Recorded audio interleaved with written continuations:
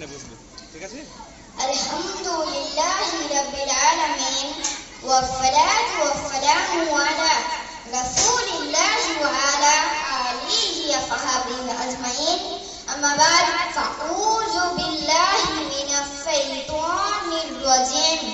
বিসমিল্লাহির রহমানির রহিম।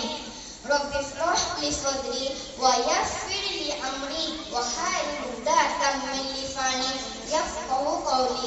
উপস্থিত শ্রদ্ধেয় সভাপতি, সম্মানীয় শিক্ষক শিক্ষিকাগণ, সম্মানীয় অতিথিবৃন্দ, ভাই ও বোনেরা, আসসালামু আলাইকুম ওয়া রাহমাতুল্লাহ।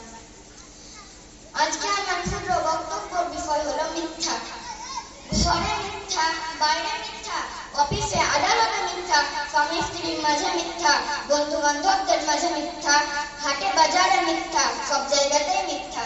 মিথ্যা মিথ্যা মিথ্যা, শুধুই মিথ্যা। মিথ্যা একটা মারাত্মক অপরাধ। মিথ্যা নিজস্ব একটা পাওয়ার বা ক্ষমতা রয়েছে। এক মিথ্যা সাক্ষী একজন মানুষের জীবনকে ধ্বংস করে দিতে পারে। এক মিথ্যা হাজারো মিথ্যার পথ প্রসন্ন করে দেয়।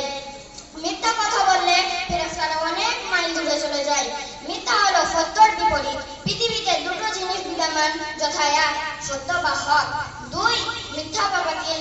আল্লাহ তাআলা বলেন, ওয়ালা তালবিসুল হাক্কা বিল বাতিলি ওয়া তাকতুমুল হাক্কা ওয়া আনতুম তা'লামুন।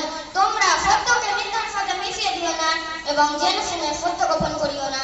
আয়েশা সিদ্দিকা রাদিয়াল্লাহু তাআলা আনহা থেকে বর্ণিত, রাসূল সাল্লাল্লাহু আলাইহি ওয়াসাল্লাম যে আচরণের জন্য সব চাইতে বিরাগিত হতেন তা হলো মিথ্যা কথা।